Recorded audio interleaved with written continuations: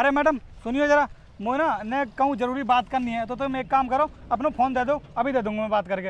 अबे ओए, पागल हो गया है क्या? अपनी हालत देख रहा है? तुझ जैसे भिखारियों को फोन दूंगी क्या मैं अपना? ये देख, ये आईफोन है और तुम जैसे भिखारियों की ना औकात नहीं होती है कि इतना महंगा फोन तुम अपने हाथ में पकड़ो। अरे मैडम मैंने तुमसे फ़ोन का मांग लो, तुमने तो मेरे जीनो ही हराम कर दो। अरे मुझे बात करनी है, फ़ोन चाहे तुम्हारे कितना महंगा हो, बात ही करवाओ ना, ये और कुछ करवातू है। हाँ, ये फोन बात ही कराता है, लेकिन हम जैसे अमीरों की, तुम जैसे गरीबों की नहीं। अरे मैडम जब ये बात ही कराते हैं तो तुम्हारी बात में और मेरी बात में कोई फर्क हैगा? जब फोन में पता लग जाए कि मैं गरीब हूँ। और मैडम गरीब लोगों की मदद करने में तो सबको भलो ही होता है ना। देखो मैं बहुत परेशानी में हूँ, ताचक्कर से तुमसे कह रहा हूँ मेरी बात करा दो, वरना बहुत मुसीबत आ जाए भाई। देख, मेरा टाइम वेस्ट मत कर, मैं इंटरव्यू देने के लिए जा रही हूँ। अगर लेट हो गई ना तो अच्छा नहीं होगा।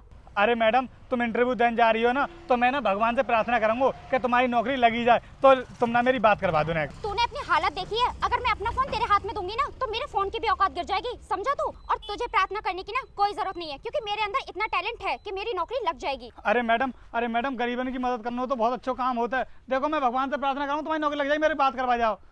अरे ये मैडम तो चलेगी, अब देखता हूँ कोई और आ रहा हो, भाई से बात करूँगा, भाई के फ़ोन से क्या करूँ। हाँ यार, इस बार तो मैं बहुत बड़ी कंपनी में इंटरव्यू देने के लिए जा रहा हूँ, लेकिन पूरा कॉन्फिडेंस है मुझे अपने आप सुनो पर। भैया मेरी ना बात करवा दो, मैं बहुत परेशानी में हूँ, करवाइयो ना जल्दी से बात। रामू तू 2 मिनट रुक, मैं तुझसे बाद में बात करता हूँ। क्यों? मैं क्यों करा दूँ तेरी बात? तेरा फ़ोन है क्या ये? मेरा फ़ोन है। और सुन, ये मोबाइल देख रहा है ना, आईफोन है ये। और तुम्हारे से लोगों की औकात नहीं होती है कि ऐसे फ़ोन से बात करो तुम।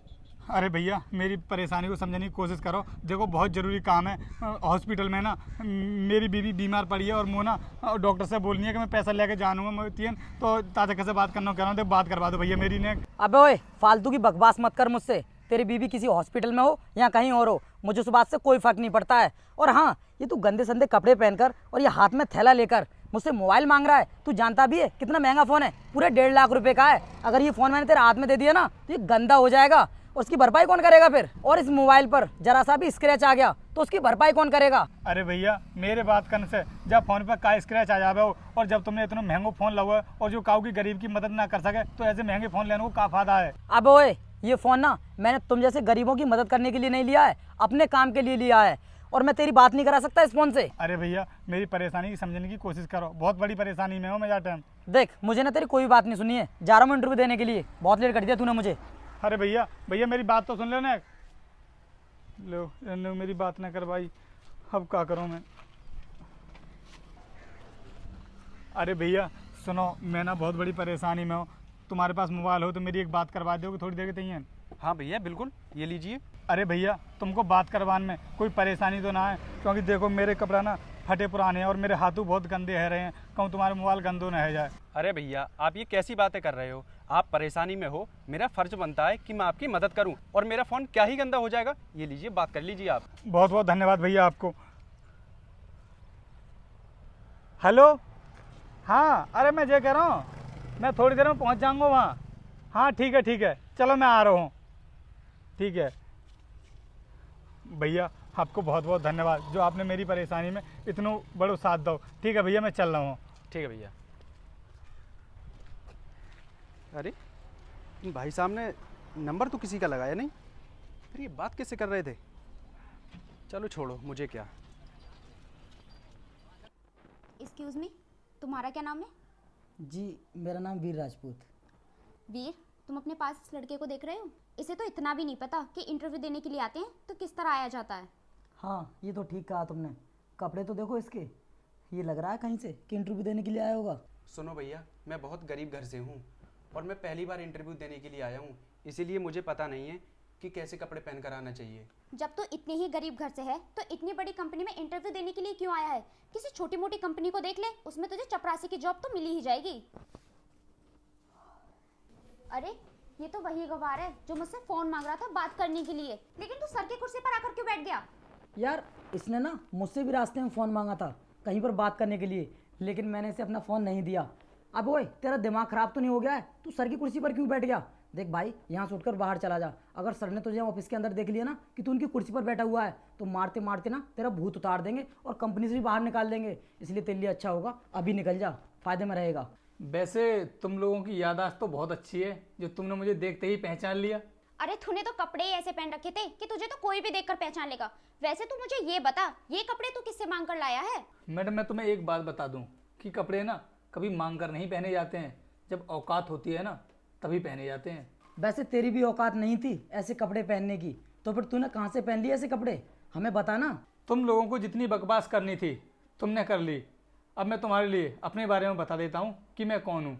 सुनो, मैं इस कंपनी का ना ओनर हूँ और वहाँ पर मैं तुम्हारा इंटरव्यू ले रहा था, लेकिन अफसोस तुम दोनों इस इंटरव्यू में रिजेक्ट हो चुके हो। लेकिन सर अभी तो आपने हमारा रिज्यूम भी चेक नहीं किया है, फिर आपने हमें रिजेक्ट कैसे कर दिया?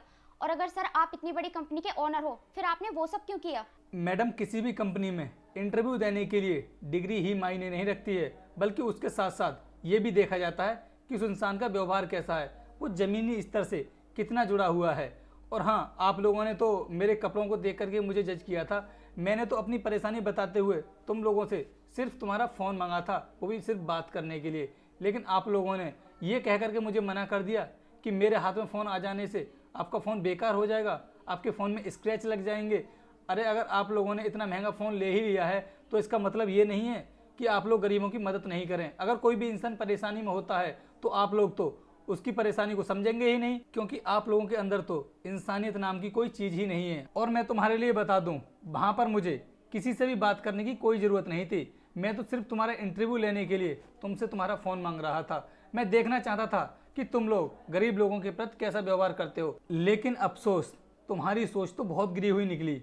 और हाँ मैडम, अभी तुम क्या बोल रही थी कि आप मेरा रिज्यूम चेक कर लीजिए। मैंने आपसे क्या बोला कि मुझे रिज्यूम चेक करने की ज़रूरत नहीं है।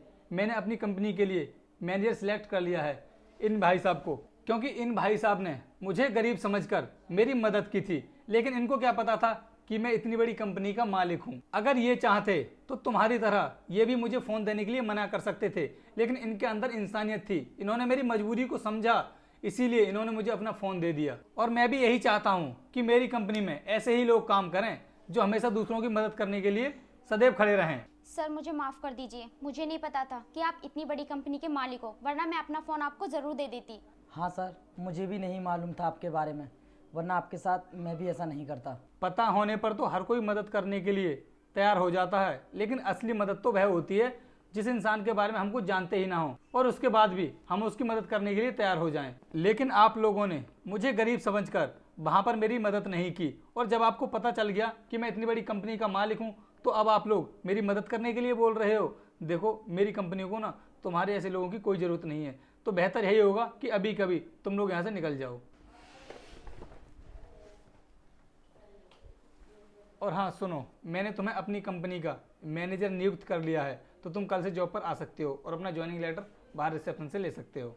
Thank you so much sir, जो आपने मुझे इस नौकरी के लायक समझा। देखो, जो इंसान हमेशा दूसरों की मदद करने के लिए तैयार होते हैं ना, तो भगवान भी उनकी मदद जरूर करते हैं। और वैसे भी अच्छे लोगों के साथ ना हमेशा अच्छा ही होता है। जी सर।